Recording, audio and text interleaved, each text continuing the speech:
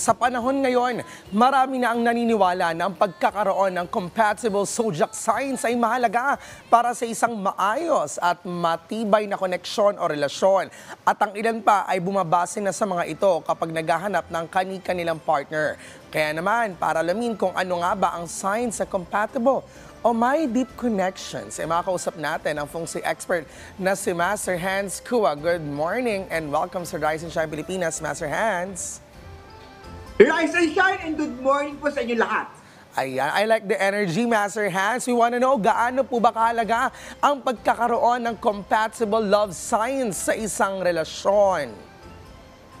Ang importante na compatible ang mag-isang relasyon, na partner man kayo, mag-asawa man kayo, pag-ibig man yan, katrabaho man yan, kadil man yan, o any project, o yung staff, o yung katrabaho, yung dalawa kayo, kailangan na compatible ang sign. Alam niyo ba, pag compatible yung sign nyo, mas mabilis o mas magaang ang trabaho o mas mabilis o mas maganda ang pakikitungo sa isa't isa. Dahil Valentine's Day, pag-usapan natin, ang base sa mga bituin, muli po, ito po yung magabay lamang, dagdagan ng sipag, tsaga, determinasyon. Sa relasyon, kailangan ng understanding, kailangan ng open, kailangan ng communication upang mas lalo ma-improve ang magandang samahan ng mag-partner sa pag-ibig man yan, sa trabaho man yan, or sa negosyo. Ito po nga sabi ni Master Hans Kua ay magabay lamang.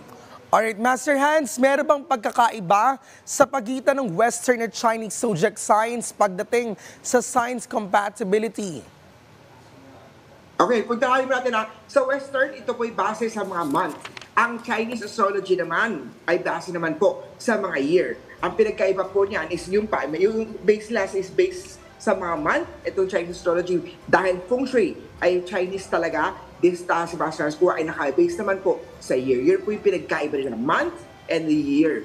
Okay. Master Hans, maaari mo bang ipaliwanag kung sino-sino ang allies o may magandang koneksyon pagdating sa compatibility sa mga sign ng zodiac?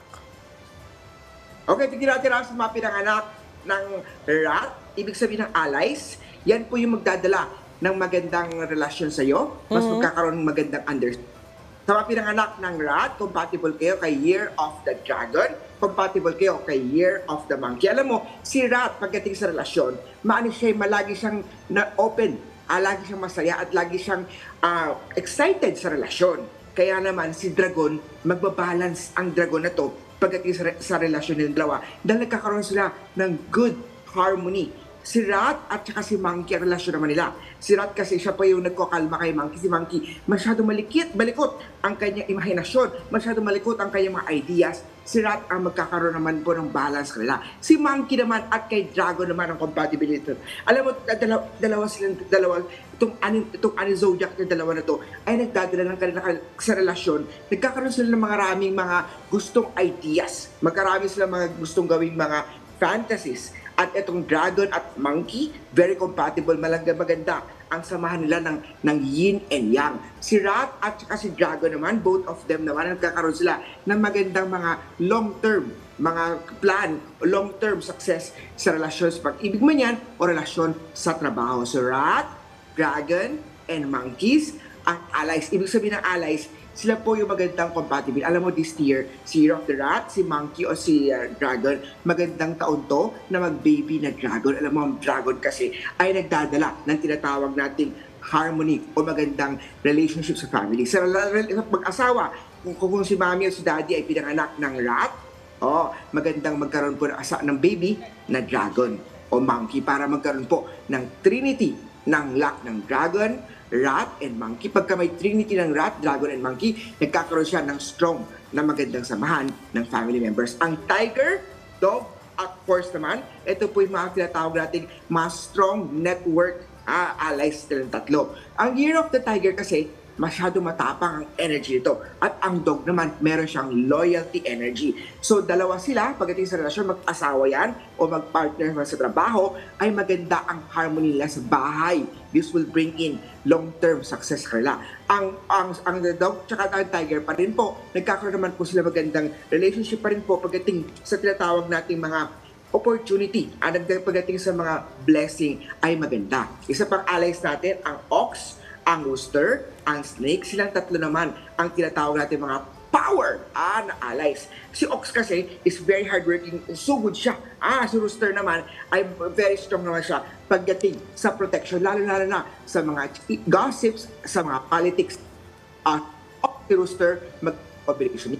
Snake naman, nagkaka-relationship ang Snake na to pagdating kay Rooster at kay Ox dahil si Snake naman po, lagi naman siyang lagi siya nagkakaroon ng mga success or mga tinatawag natin tuloy-tuloy na blessing. Ox, Rooster, and Snake magkaroon ng magandang symbol o magkaroon ng baby dragon this year. Si Rabbit, si Pig, at saka si Goat naman, itong tatlo naman ay mga domestic na mga zodiac. Kumbaga sila ng tatlo naman ay nagkakaroon ng magandang harmony sa bahay man or sa trabaho man. Rabbit, Pig at Goat, itong tatlong allies na to ay nagtatawag natin magandang harmony sa bahay, magkakaroon ng magandang harmony sa trabaho. Si Rabbit kasi marami siyang happy, easy-go-lucky. Etong Pig din na to is relaxing. Lagi lang siya, walang problema. Si Goat naman na energy naman ay tinatawag natin kahit may mga problema, hindi niya iniisip at nagkakaroon siya lagi niya iniisip ang positive at lagi siyang thankful at grateful sa buhay. Yan po ang tinatawag. Master Hans, ano-anong mga zodiac signs sa posible natin maging secret friend o maaaring may mabuting relasyon naman sa atin? Secret friend naman tayo sa mga pinanganak ng Year of the Rat. Compatible kayo o secret friend nyo po ang Year of the Ox. Rat and Ox, this combination dalawa na to, tinatawag nating harmonizing energy. Susunod natin si Year of the Ox, tapos Tiger naman, compatible si Tiger kay Year of the Piggy. Alam mo, ang Tiger at Piggy, itong dalawa na to, is the most domestic na sign. Both of them will bring in ng sa family relationship. So si Tiger ay masyado matapang na energy to, nag-harmonize o nagbabalance naman ang Year of the Piggies kanilang dalawa. Kung maghahanap ka ng sweetheart, wala ka pang jowa, maganda ang Rat and Ox, maganda rin. O secret friend po, ang Tiger and Pig. Alam mo, ang sinasabi ng secret friend in Feng Shui, sila yung isa sa mga beshi o isa sa mga best friend mo. Kaya maganda magkaroon ng magandang secret friend na relationship sa inyong mag-partner o mag-relationship. O isa pa, ang susunod na secret friend is si Tiger naman. Si Rabbit at saka si Dog naman. Ang Rabbit at Dog combination naman ay nagdadala naman ng very attractive na bond pagdating sa romance, pagdating sa relasyon. Alam mo silang dalawa na to.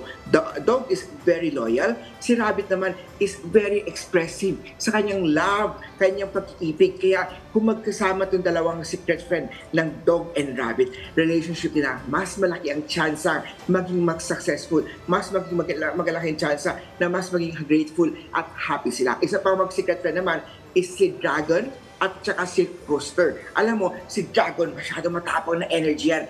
Ang Rooster naman, siya naman po ang nagkakalma sa kanila. Maraming gustong gawin agad, aggressive, determinado, go, go, go si Rooster. Pero pag namating na namit na niya, ang dawan niya na lalo na si Rooster o yung kanyang beshi, yan po ay nagkakaroon naman ng magandang output.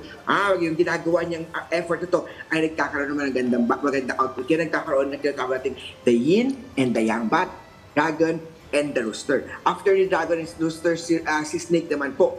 Si Snake naman po, compatible o secret friend ni Snake naman po ang tinatawag natin Year of the Monkey naman. Alam mo, sa Snake naman na to, lagi siyang on the go. Lagi siyang may nahanap, si Monkey din, very malikot din ang kanyang utak o creativity or wisdom. Kaya naman, si Monkey at saka si Snake, dalawang combination na to, ay nagkikreate sila ng yin and the yang balance. Magandang mag-partner kung magharap ka ng staff mo or ng empleyado mo or ng boss mo. Maganda rin ang combination ng secret friend ng Monkey and Snake. After po ni Monkey and Snake, so yun po yung mga anim na zodiac sign compatibility. So si Rat, tapos si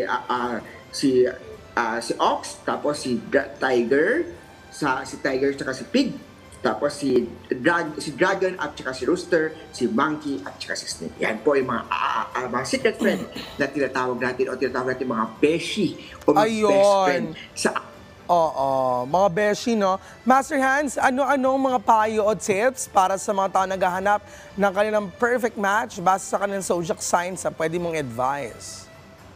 Alam mo, sa buhay natin, sa relationship, wala naman talagang perfect match. Pero tinatawag natin kung ano man ang pagkukulang ng isang tao at ano meron sa kanya, nagke-create tayo ng understanding na magandang harmony sa isa't isa.